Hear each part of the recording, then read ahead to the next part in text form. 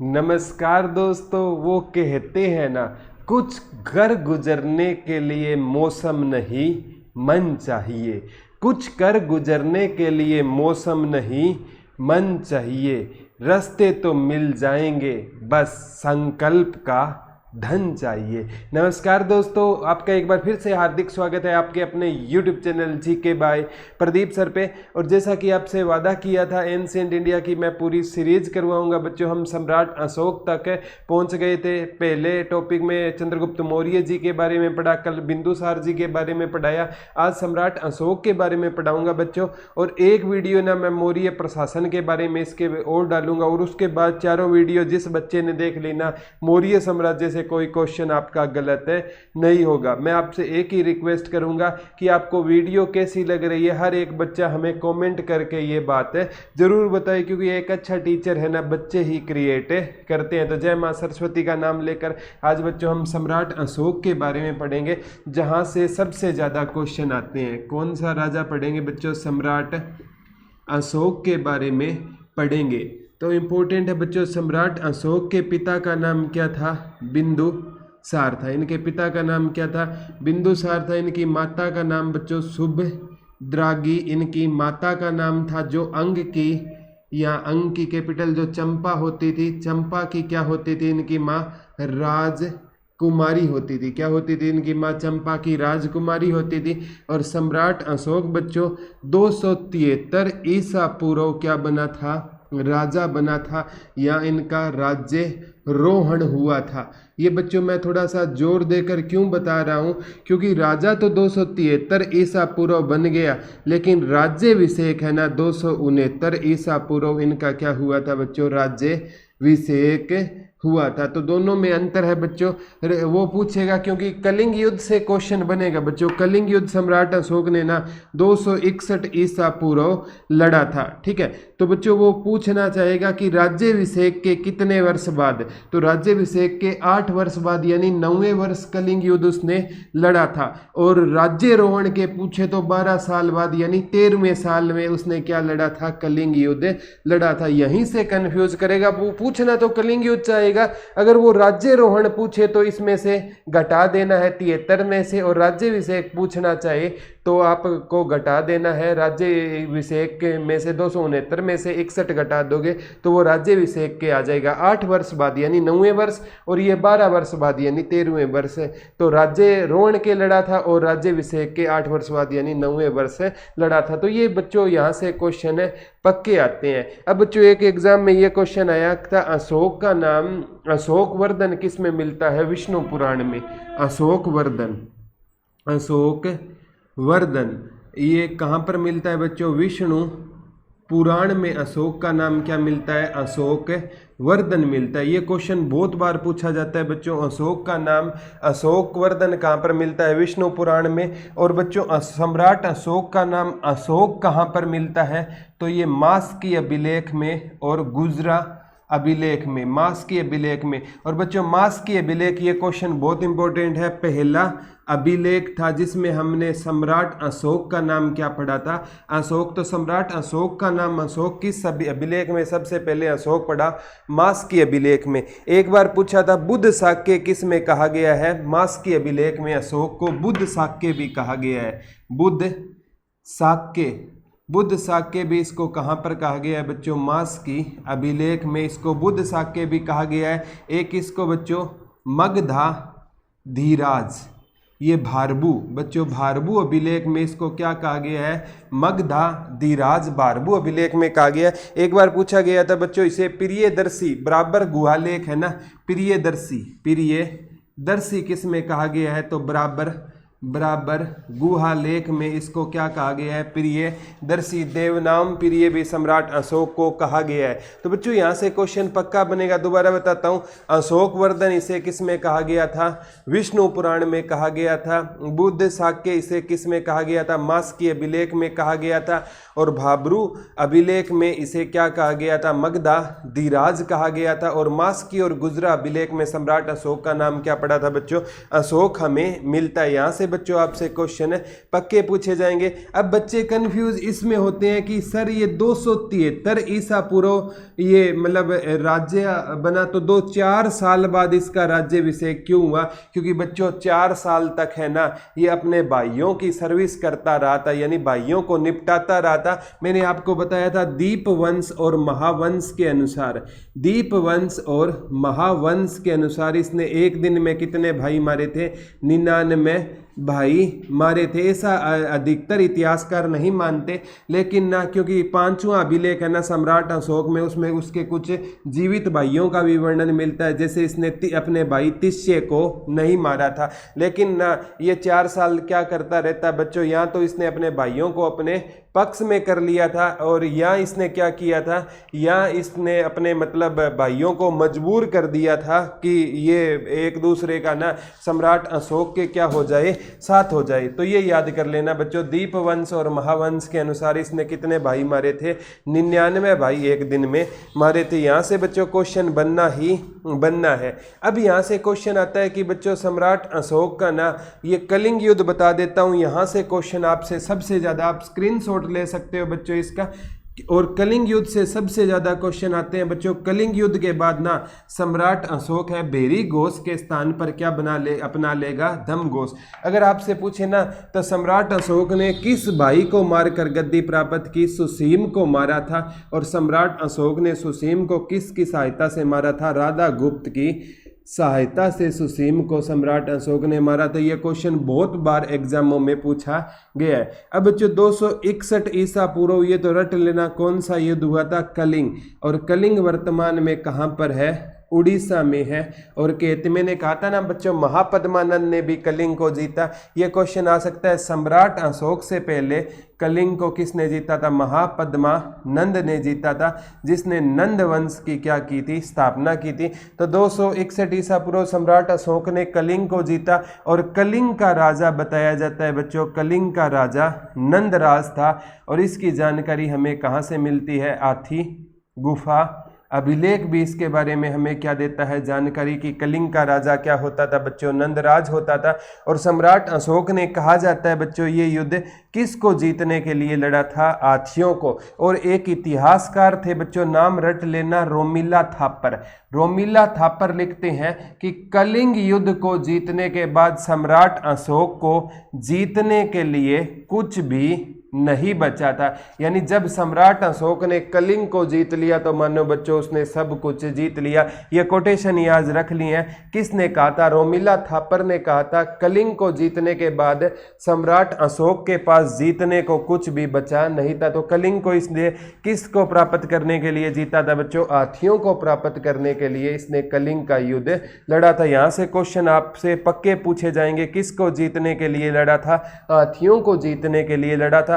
कहते हैं कलिंग युद्ध में बच्चों 1 लाख लोग मारे गए थे और 1.5 लाख लोगों को बंदी बना लिया गया था। और जब कलिंग युद्ध के बाद बच्चों सम्राट अशोक मॉर्निंग वॉक पर घूमने के लिए गया था ना, तो वो देखता है कि बहुत सी औरतें बच्चों क्या कर रही थी? रो रही थी। बहुत सी औरतें क्या कर रही थी बच्चों?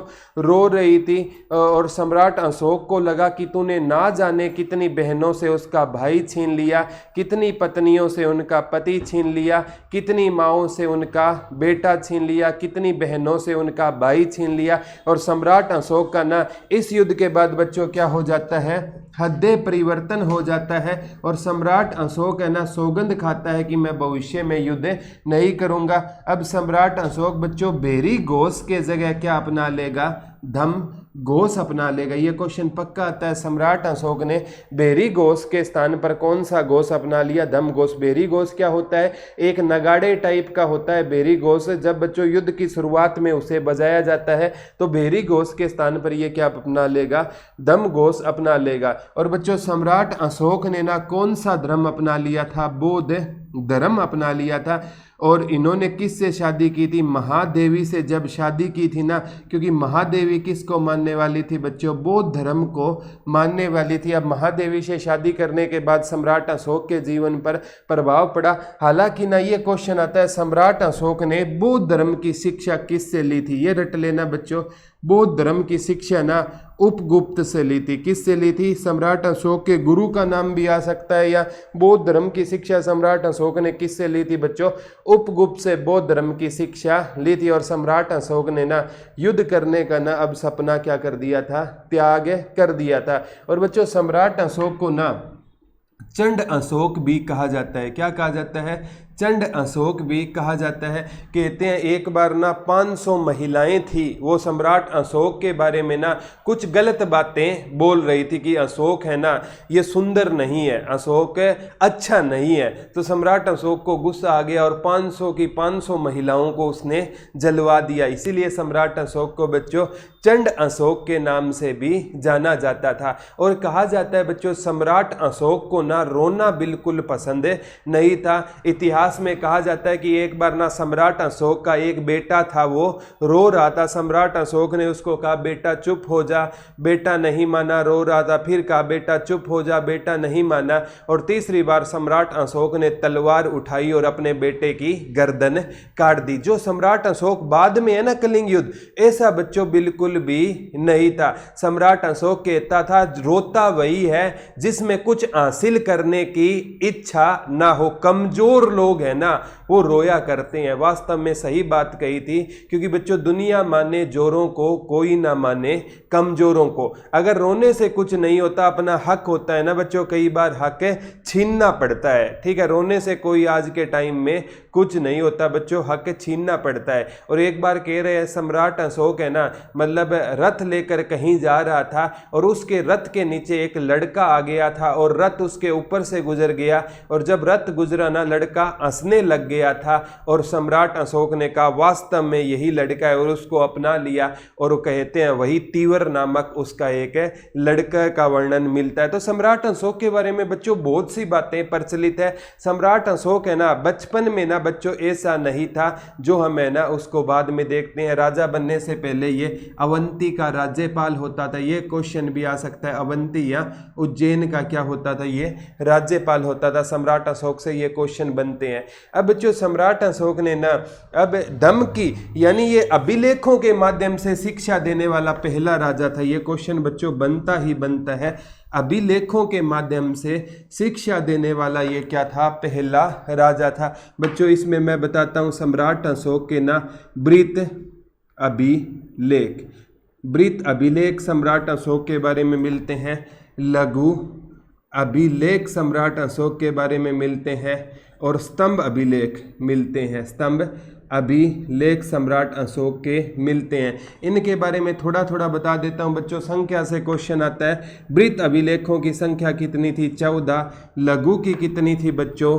13। और सहस्र स्तंभ और सहस्र 7 स्तंभ अभिलेखों की कितनी थी बच्चों? 7 संख्या। यहाँ से बच्चों आगामी एग्जाम में क्वेश्चन आपसे पक्का पूछा जाएगा। ये क्वेश्चन बनता ही बनता है। बृहत अभिलेखों की संख्या कितनी थी? 14। लघु की कितनी थी? 13। स्तंभ की कितनी थी? 7। अब आप कहोगे सर ये बृहत अभिलेख, लघु अभिलेख, ये पंगा क्या है? चलो एक बताता हूं बच्चों, उदाहरण देता हूं। जैसे बृहत होता है बच्चों बड़ा पत्थर, क्या होता है? बड़ा पत्थर होता है। लघु होता है बच्चों छोटा। अब मैं थोड़ा सा एक एग्जांपल देता हूं। जैसे सम्राट अशोक को बच्चों बसंती से मिलना था। किससे मिलना था? बसंती से मिलना था सम्राट अशोक को।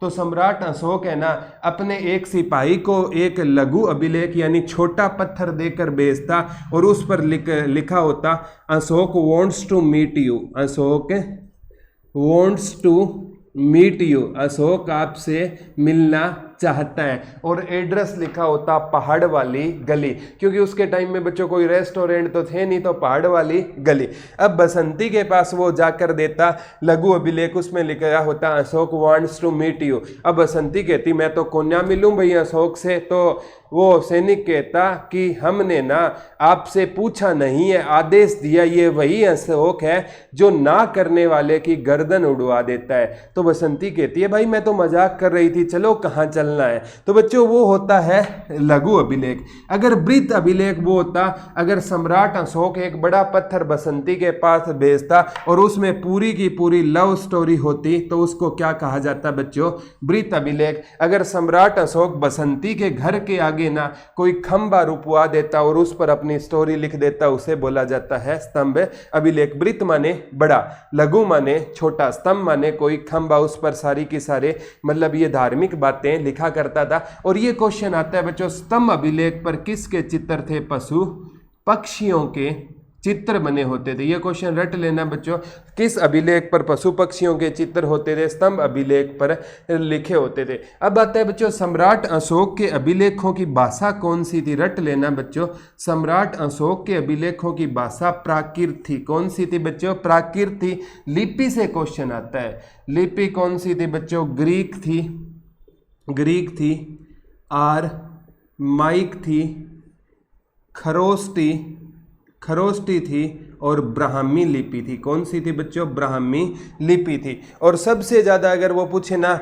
भारत से सम्राट अशोक के अभिलेख किस लिपि में मिले हैं तो आपको पता है बच्चों भारत किसका देश है? ब्रह्मा जी का देश है। तो भारत से जितने भी अभिलेख मिलेंगे ना सम्राट अशोक के बच्चों ब्राह्मी लिपि में मिलेंगे। और ग्रीक और आरमाइक लिपि के ज़्यादातर अफगानिस्तान से मिले थे और पाकिस्तान से सम्राट अशोक के खरोष्टी लिपि के क्या मिले हैं? अभिलेख मिले हैं। अब बच्चों एक था पादली पेंथलर से क्वेश्चन आया था कि 1750 में पादरी पेंथलर है ना, इसने दिल्ली मेरठ अभिलेख खोजा था।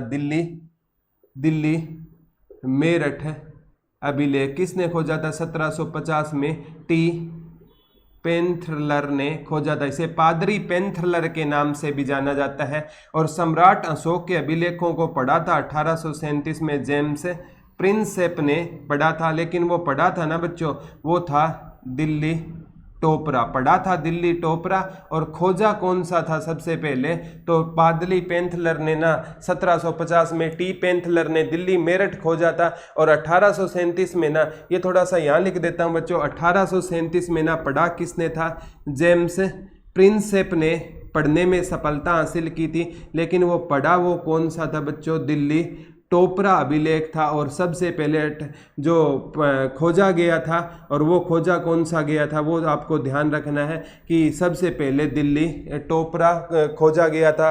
दिल्ली ये आपका मेरठ खोजा गया था, 1750 में खोजा गया था। और पढ़ा 1837 में दिल्ली टोपरा खोजा गया। तो 1750 में कौन सा खोजा गया था बच्चों? दिल्ली मेरठ खोजा गया था। और पढ़ा कौन सा गया था? दिल्ली टोपरा। ये दोनों क्वेश्चन आपसे आएंगे बच्चों। पादली पेंथलर ने खोजा था 1750 में और दिल्ली टोपरा खोजा था। और पढ़ा दिल्ली टोपरा गया था, खोजा दिल्ली मेरठ गया था। ये बच्चों खोज है और ये है पढ़ा गया था। यानी खोजने के बहुत टाइम बाद सम्राट अशोक के अभिलेखों को पढ़ने में हमें सहायता मिली थी। अब जो सम्राट अशोक के ना ये वृत्त अभिलेख है ना 14, इनसे क्वेश्चन आपसे पक्के मिलेंगे। वो क्वेश्चन मैं आपको सारे के सारे करवाऊंगा। अब 14 के 14 अभिलेख याद करना बड़ी मुश्किल बात नहीं है। अब आपको बच्चों मुश्किल लग रहे हैं, मैं आपको 14 के 14 भी याद करवा दूंगा। और ना ये सबसे इंपॉर्टेंट बात बता दूंगा, इंपॉर्टेंट कौन कौन से करने, अगर 14 याद नहीं है वो भी बात है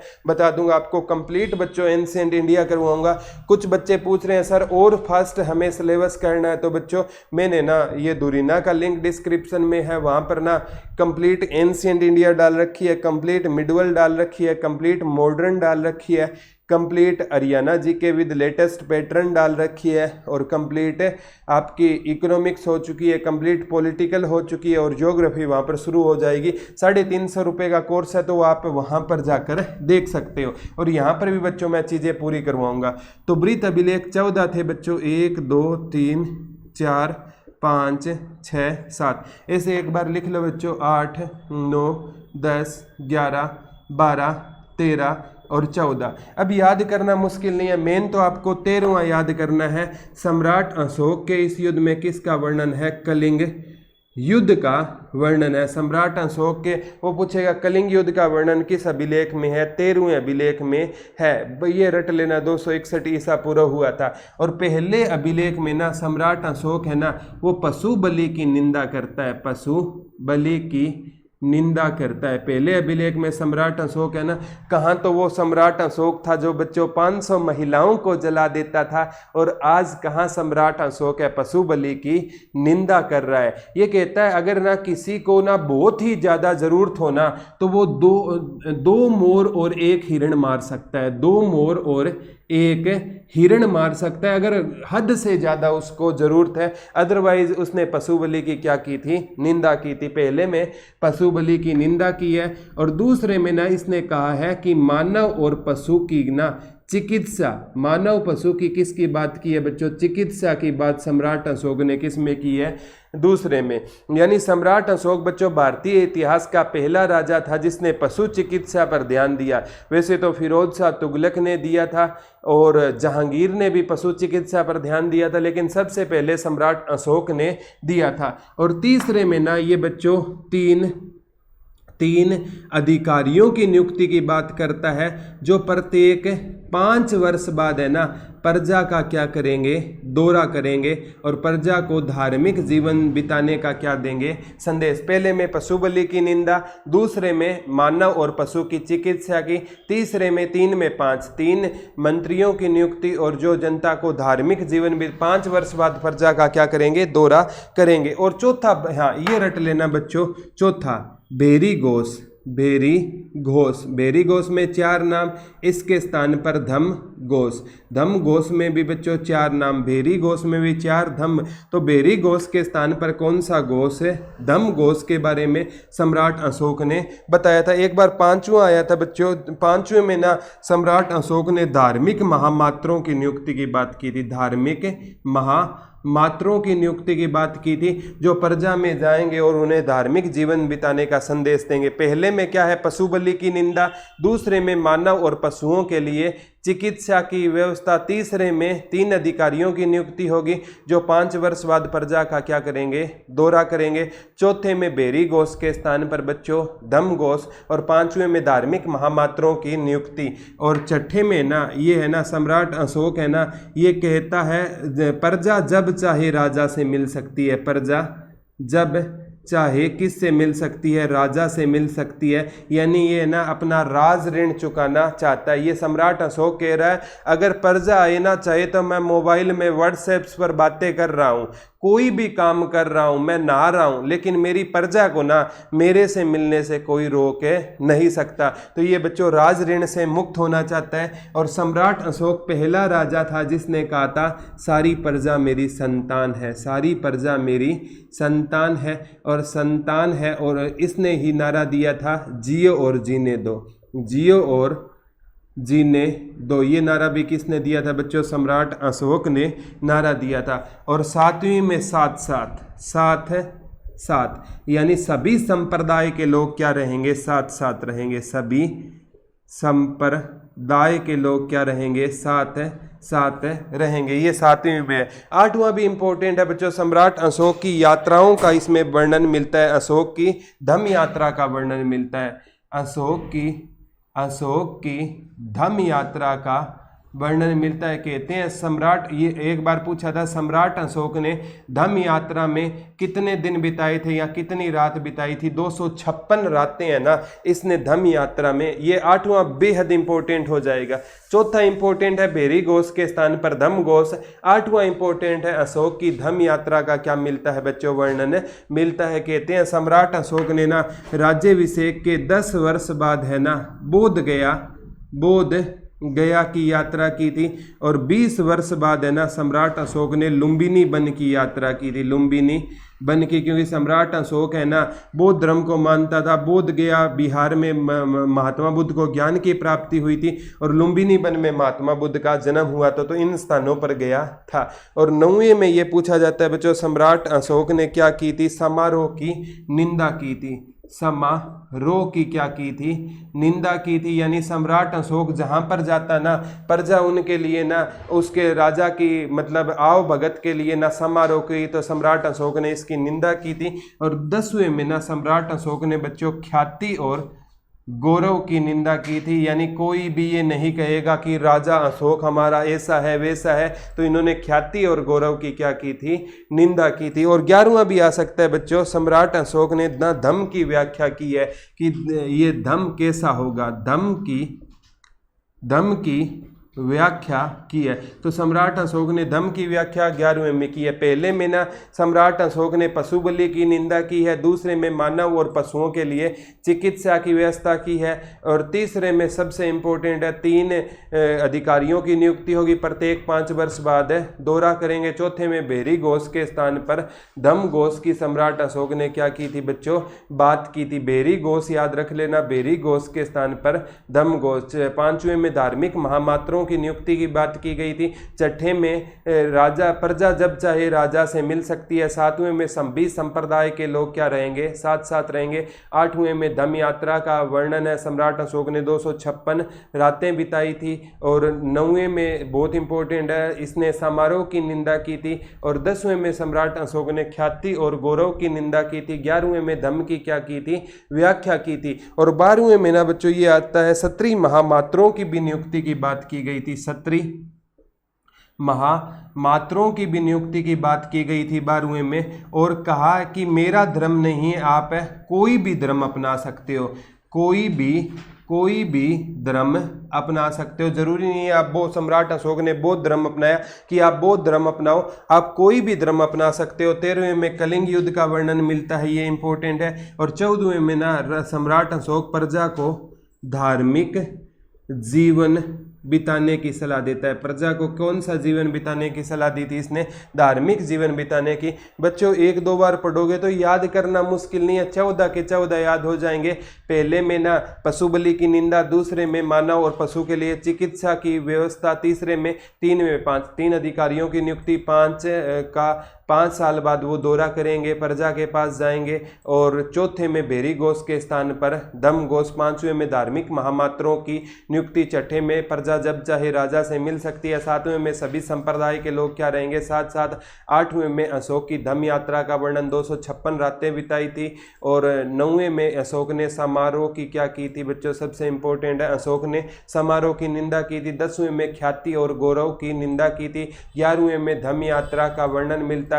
और 12वें में 17 महामात्रों की, 12वें में धम की व्याख्या थी, 11वें में धम की व्याख्या थी, 12वें में 17 महामात्रों की नियुक्ति और प्रजा कोई भी धर्म अपना सकती है। 13वें में कलिंग युद्ध का वर्णन मिलता है। और 14वें में सम्राट अशोक ने प्रजा को धार्मिक जीवन बिताने की बात कही है। याद करना मुश्किल नहीं है। अगर कोई है ना, मतलब जैसे कोई बच्चा मेरी तरह है जिसको याद ना ही हो, तो उसके लिए थोड़ा इलाज बता देता हूं। एक तो 13वां याद कर लेना, एक 8वां याद कर लेना, और एक 4था याद कर लेना। 3 भी याद किए तो बच्चों काम है चल जाएगा। यहाँ से बच्चों एग्जाम में पॉइंट ऑफ व्यू से क्वेश्चन बहुत ज़्यादा बनते हैं, किस में कलिंग युद्ध का वर्णन है, तो ये चीज़ें आपसे पूछी जाएगी। अब बच्चों ये क्वेश्चन आया था एक बार कि ये ग्रीक और ये पेपर में आया था, शेर एक कुना अभिलेख है ना, ये 2 लिपि में है, ग्रीक और आरमाइक में। सम्राट अशोक का कौन सा अभिलेख द्विलिपि है, ये पूछा गया था बच्चों। शेर एक कुना अभिलेख, ये ना ग्रीक और आरमाइक लिपि में है, ग्रीक और आरमाइक लिपि में है। सम्राट अशोक का तक्षशिला अभिलेख है ना, वो कौन सी लिपि में है बच्चों, खरोष्टी लिपि में है। ये भी क्वेश्चन सम्राट अशोक से पूछा गया था कि ये क्वेश्चन आया था बच्चों। तक्षशिला ये आरमाइक लिपि का, सॉरी तक्षशिला किस लिपि का है, आरमाइक लिपि का है, आरमाइक लिपि का। तक्षशिला किस लिपि का रहेगा, आरमाइक। शेर एक कुना ये द्विलिपि है, द्विलिपि यानी जिस अभिलेख की 2 लिपि है वो कौन सा है, ग्रीक और आरमाइक। और बच्चों जो शाहाबाद गढ़ी और मानसेरा, शाहाबाद गढ़ी और मानसेरा ये दोनों अभिलेख है ना सम्राट अशोक के किस लिपि में मिलेंगे, खरोष्टी लिपि में मिलेंगे। शेर एक कुना याद रख लेना, ये द्विलिपि है। और भारत से मिलने वाले सम्राट अशोक के जो अभिलेख है ना वो किस लिपि में मिलेंगे बच्चों, ब्राह्मी लिपि में मिलेंगे। ये बात याद रख लेना। यहाँ से भी बच्चों क्वेश्चन बने हैं, बहुत ज़्यादा बार यहाँ से क्वेश्चन बनते हैं। और कहते हैं सम्राट अशोक ने ना कश्मीर में श्रीनगर की स्थापना की थी। सम्राट अशोक ने कश्मीर में किसकी किसकी स्थापना की थी बच्चों? श्रीनगर की स्थापना की थी। यहाँ से भी बच्चों क्वेश्चन आता है। और सम्राट अशोक ने जब बौद्ध धर्म अपना लिया था ना, उसके बाद बच्चों अपने बेटे महेंद्र और संघमित्रा को बौद्ध धर्म के प्रचार के लिए रट लेना बच्चों। महेंद्र और संघमित्रा को बौद्ध धर्म के प्रचार के लिए इन्होंने कहाँ पर भेज दिया था बच्चों? श्रीलंका भेज दिया था। यानी सम्राट अशोक ने ना बच्चों स्तूपों का निर्माण करवाया था। और कहते हैं सम्राट अशोक ने 84,000 स्तूपों का निर्माण करवाया था। यह क्वेश्चन पक्का आता है बच्चों। सम्राट अशोक ने कितने स्तूपों का निर्माण करवाया था? 84,000 स्तूपों का सम्राट अशोक ने निर्माण करवाया था। और सम्राट अशोक ने ना कलिंग युद्ध के बाद सौगंध खा ली थी कि मैं भविष्य में कोई युद्ध नहीं लड़ूंगा। और यही वो कारण था बच्चों सम्राट अशोक का ना ये मौर्य साम्राज्य का पतन हो जाएगा, क्योंकि धीरे धीरे सम्राट अशोक के बाद ऐसे राजा आएंगे जो इस नीति को अपनाएंगे और वो युद्ध नहीं करेंगे। और बच्चों जब राजा युद्ध नहीं करेगा ना तो सामने वाला राजा पर अधिकार कर लेगा। सम्राट अशोक के होते तो नहीं हुआ, धीरे धीरे ये मगध साम्राज्य का क्या हो जाएगा बच्चों? पतन हो जाएगा। और सम्राट अशोक ऐसा राजा था जिसने 16 महाजनपद जीते थे। वो पूछेगा ऐसा कौन सा राजा था जिसने 16 के 16 महाजनपद जीते थे? और सम्राट अशोक एकमात्र ऐसा राजा था जिसने 16 के 16 महाजनपद जीत लिए थे। और कहते हैं बच्चों 232 ईसा पूर्व सम्राट अशोक की क्या हो गई थी? मृत्यु। तो 273 ईसा पूर्व से लेकर 232 और राज्याभिषेक पूछे तो 269 ईसा पूर्व से 232 ईसा पूर्व रहेगा। और बच्चों इसके बाद है ना कहते हैं कि हमें ना इसके बाद कुछ इसका एक पोता था बच्चों दशरथ। क्या था? दशरथ इसका सम्राट अशोक का पोता था। और कहते हैं इसने ना सम्राट अशोक ने ना आजीविकों के लिए बराबर की पहाड़ियाँ बनाई थी, क्योंकि सम्राट अशोक का पिता है ना आजीवक संप्रदाय को मानता था। आजीविकों के लिए ना सम्राट अशोक ने कौन सी पहाड़ियाँ बनाई थी? बराबर की पहाड़ियाँ बनवाई थी। और इसने ना इसके पोते दशरथ ने उस आजीविकों को ये पहाड़ियाँ क्या कर दी थी? दान कर दी थी। और बच्चों इस वंश का अंतिम राजा बृहदर्थ बताया जाता है। और 184 ईसा पूर्व बृहदर्थ को मारकर बच्चों पुष्यमित्र शुंग है ना वो शुंग वंश की क्या कर लेगा? स्थापना कर लेगा। और बच्चों यहाँ से क्वेश्चन बनना लाजमी है। तो बच्चों शुंग वंश शुरू करने से पहले ना मैं एक वीडियो है ना मौर्य प्रशासन के बारे में बताऊंगा कि मंत्री परिषद उनकी कैसी होती थी, उपदा परीक्षण को कैसा होता था, गूढ़ पुरुष किसे कहा जाता था, इनके टाइम में वेश्यावृत्ति थी या नहीं थी, सम्राट अशोक के टाइम में दास यानी मौर्य साम्राज्य में दास प्रथा थी या नहीं। एक वीडियो बच्चों आपको और प्रोवाइड करूंगा।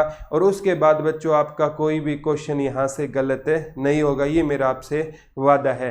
तो अगर बच्चों वीडियो पसंद आई तो इसे ज़्यादा से ज़्यादा लाइक और शेयर करना। और हैंड रिटन नोट्स है ना बच्चों बिल्कुल स्टोरी टाइप है, वो अवेलेबल है दुरीना ऐप, जिसका लिंक डिस्क्रिप्शन में है। वीडियो पसंद आई तो लाइक और शेयर करना ना भूलिए। धन्यवाद दोस्तों। जय हिंद, जय भारत।